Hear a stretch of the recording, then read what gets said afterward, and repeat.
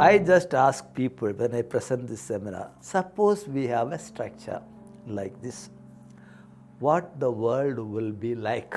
They discuss in groups and at the end they say, it will be a paradise on earth. What kind of a world would you want? They speak a world of this, fraternity, equality, justice and all that, peace and so on they say. Then I tell them, everybody wants such a world. Then why is it not happening? What could be the preventing blocks? Can we boil all of them down to two root blocks? Then root blocks come to be one selfishness, another one helplessness, powerlessness. So people want changes, they feel powerless. So power is the crucial issue. To have power is to have an effective say. You say something, it is done. To have any say at all, what do you need? You need to have a forum. So people at the base have a forum where they could come and effectively have a say on matters that affect them. Are the election constituencies big forums or small forums? They say very big forums, huge forums, gigantic forums. Then in such a big forum, if you have to talk, how big a person should you be? You should have a very big voice in terms of money. You need to have posters, you need to have media, you need to have meetings, you need to have rallies, you need to have volunteer mobilization or staff paid people mobilization. Huge, man. And you need to even bribe. Who can get elected? Only the people who have big money. Then at the end, what does democracy become? Because when they are elected, the rich people, whose interest will they represent? So it will at the end be a rule by the rich, for the rich and of the rich. Not anymore ruled by people. And this very system will lead to that. If we want to have voices for the people at the base, you need to have structures provided for that. And those structures, those forums should be small sized. This is the basic work. I was studying journalism. One of the topic was communication and change. And when it came to that, they said it's not so much the communication, the communication media, the mass media that change. They cannot change very much, they can change only a little bit. The real thing that changes are the interpersonal relationships. Because nobody is as effective as a person comes and says, come on, let us do it, man. Nobody is as effective as that person, that interpersonal relationship. And when you give media messages to isolated individuals, they are put through a lot of tensions, lot of pressures. At the end, they don't go into action. But when it give a message to a group, what one fellow fails to see, another fellow sees. What one fellow tries to back out from, another fellow reminds you, no, that's not the way. We look at it this way. So this kind of a corrective effect is there in groups.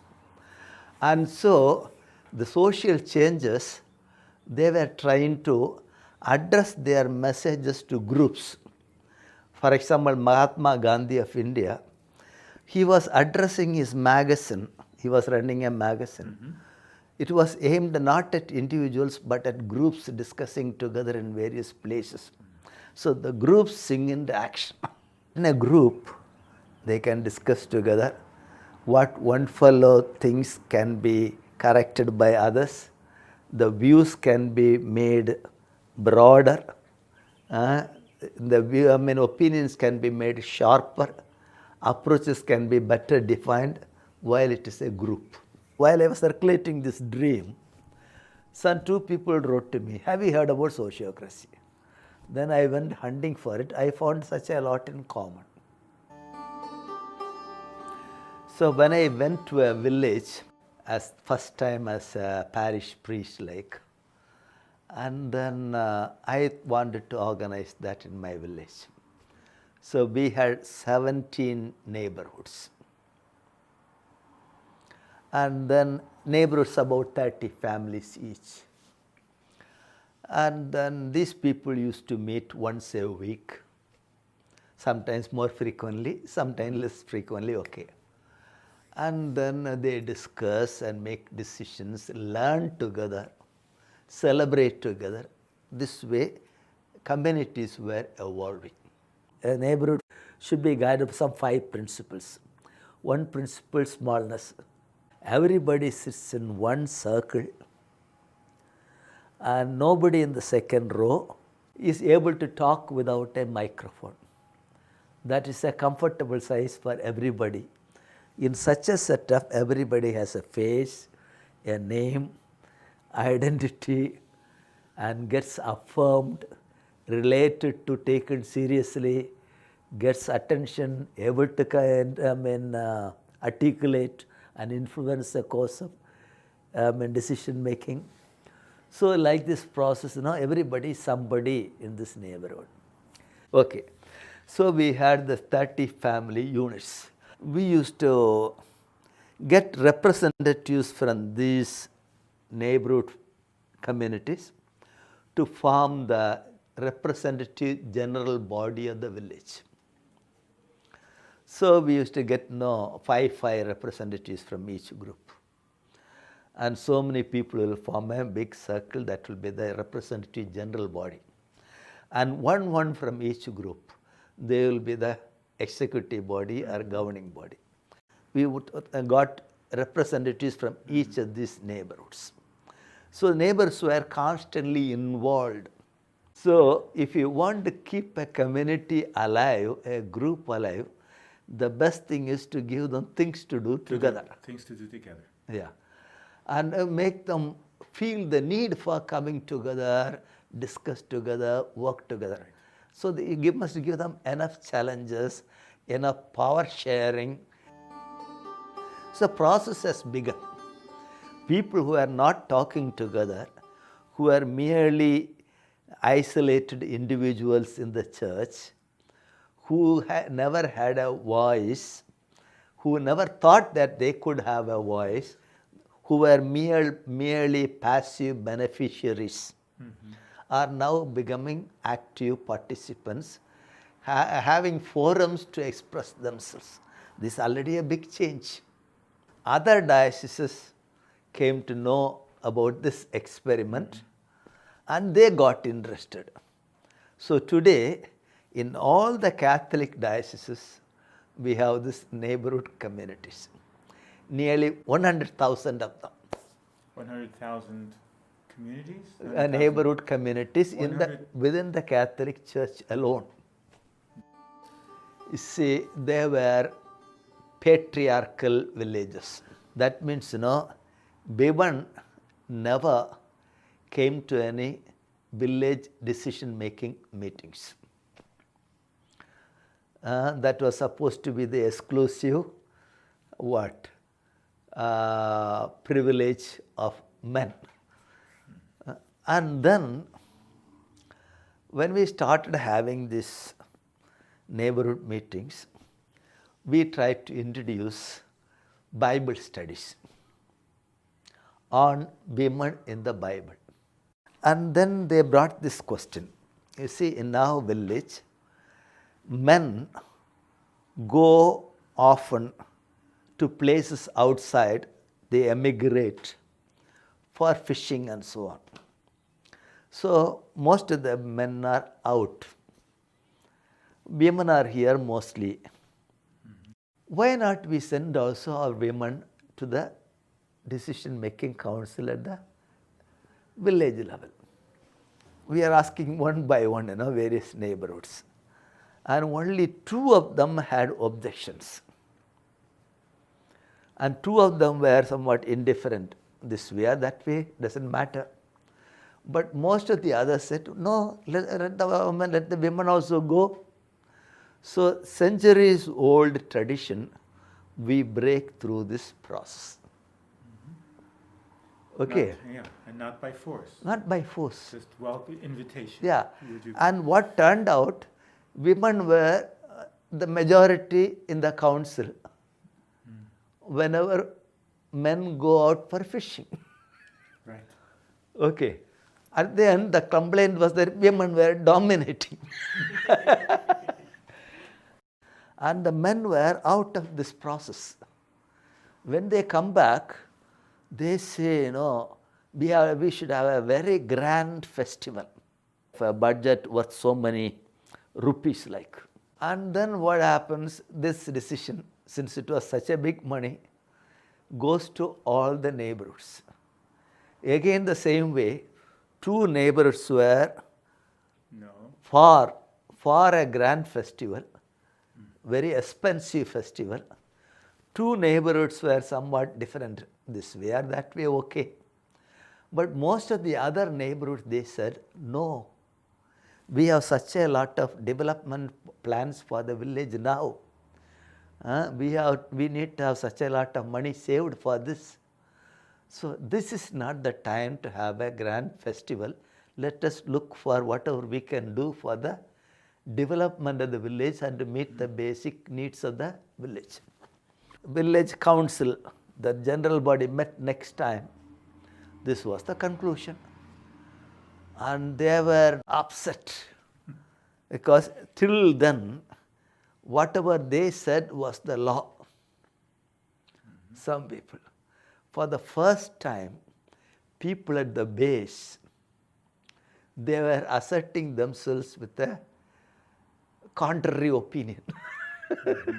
And that they couldn't stomach. So they said, okay, instead of 10 days, we shall have only 3 days.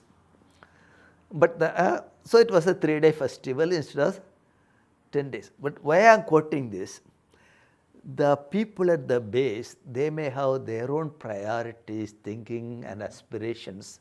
They don't always get reflected by the usual decision-making people.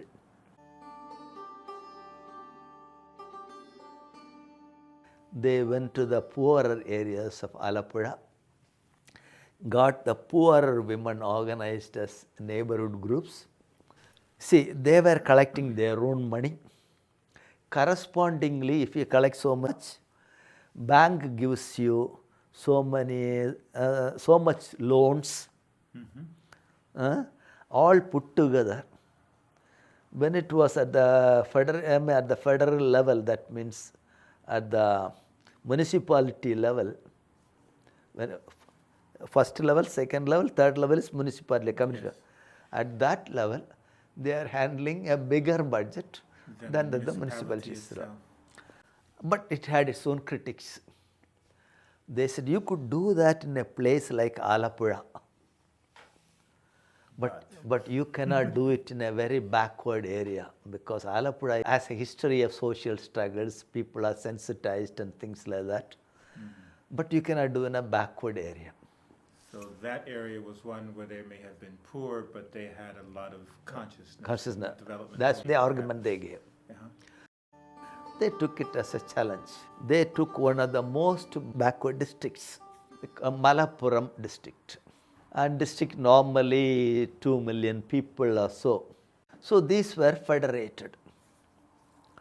And in no time that also became world famous. And then they wanted to expand it to the entire state. When they expanded, you see, they are from 3 tiers, they have come to 5. Now when they expand to the state level, they should have at least 6 levels, But they said no, only 3 levels. That means neighborhood, ward, and then local governance called panchayat. The official reason given, it will confuse and neutralize local governance structures like panchayats. So let it be at that level. And someone who was keenly interested in this, he was telling me, It's not that they are much worried, concerned about the panchayats remaining strong, but they are afraid. And he was projecting a scenario. These neighborhood groups, if you calculate now, they have throughout the state 280,000 neighborhood groups in the entire state. Each neighborhood group has so many women, and they all come from so many families. They have, each family has so many people.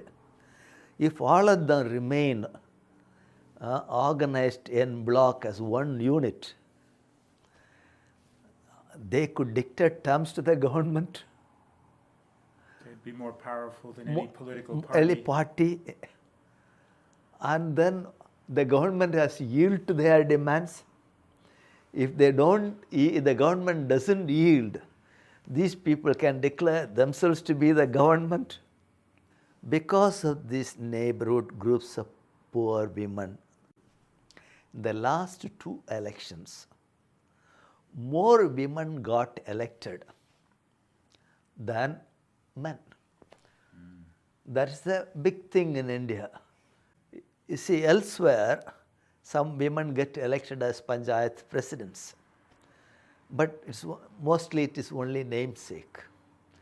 It's the husbands who run the show, women put the signature like, okay. But here, it's not like that, because these people are trained at the neighborhood level, ward level, then at the local governance level. They know the game. They're very experienced. Experience. Women who are doing this And work so now they are very could experienced. really presidents on their own right. Okay. So that's the type, the change that has been brought about. Another thing that I started was children's neighborhood parliaments.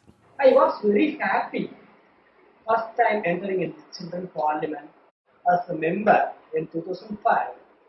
But I elected as a prime minister for me, for my village level in very short time. Children of a neighborhood, they gather together. They become one parliament.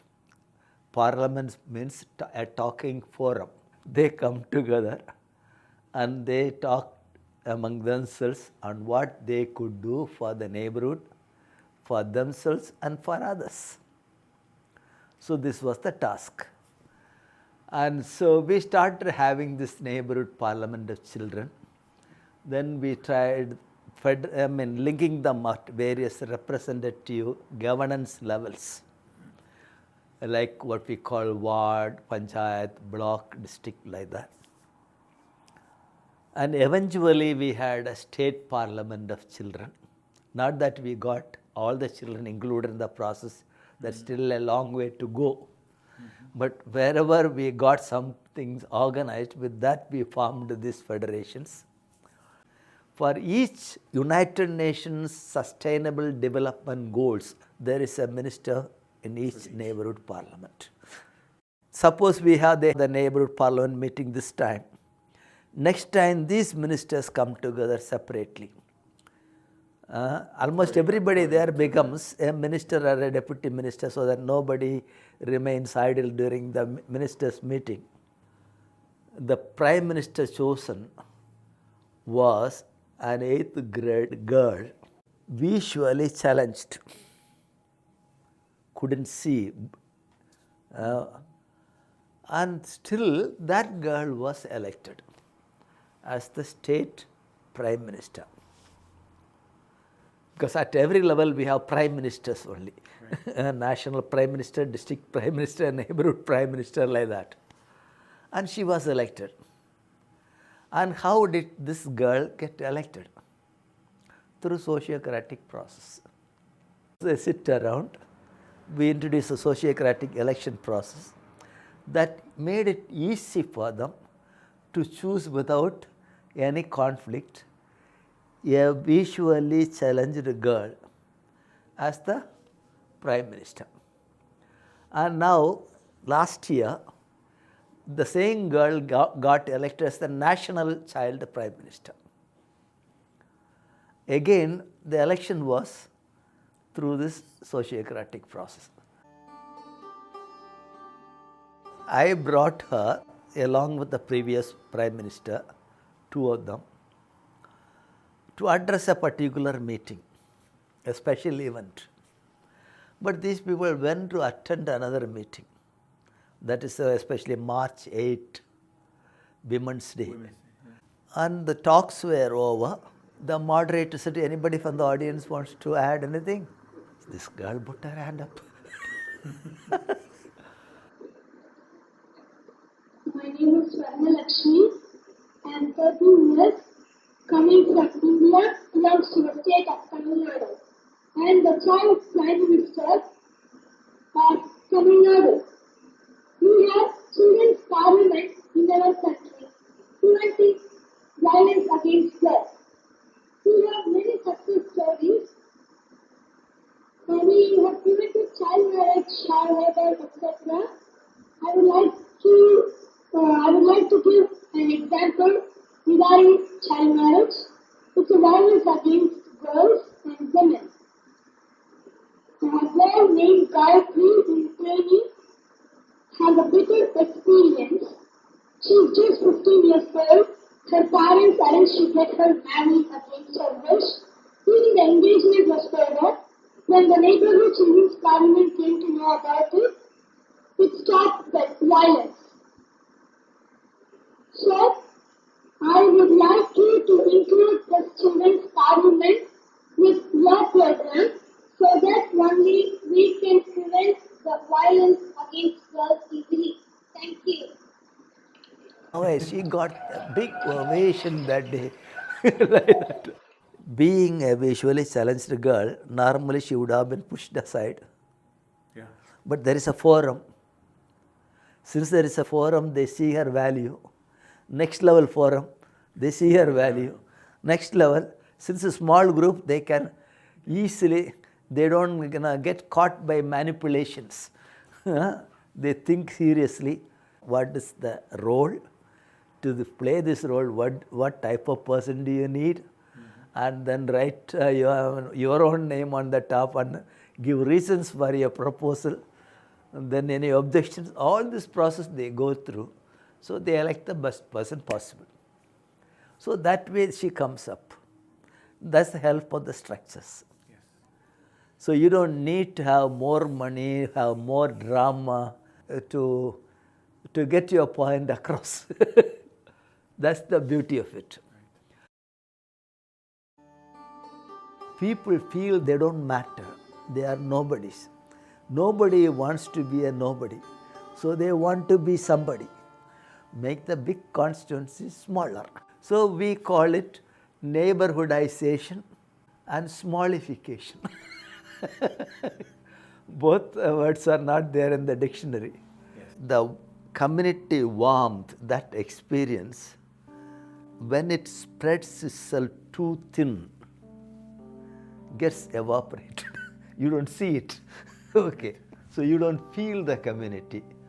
To know one another, to relate to one another, to join in one's joys and sorrows, to cry with those who cry and laugh with those who laugh, and that kind of empathy, to work together, to see together and to work together.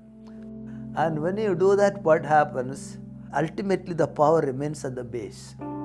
If the power remains at the base, their problems are addressed. Their problems will be solved. No money for war, no money for endless elections. Yeah, because if you are not delivering the good, we are here to call you back.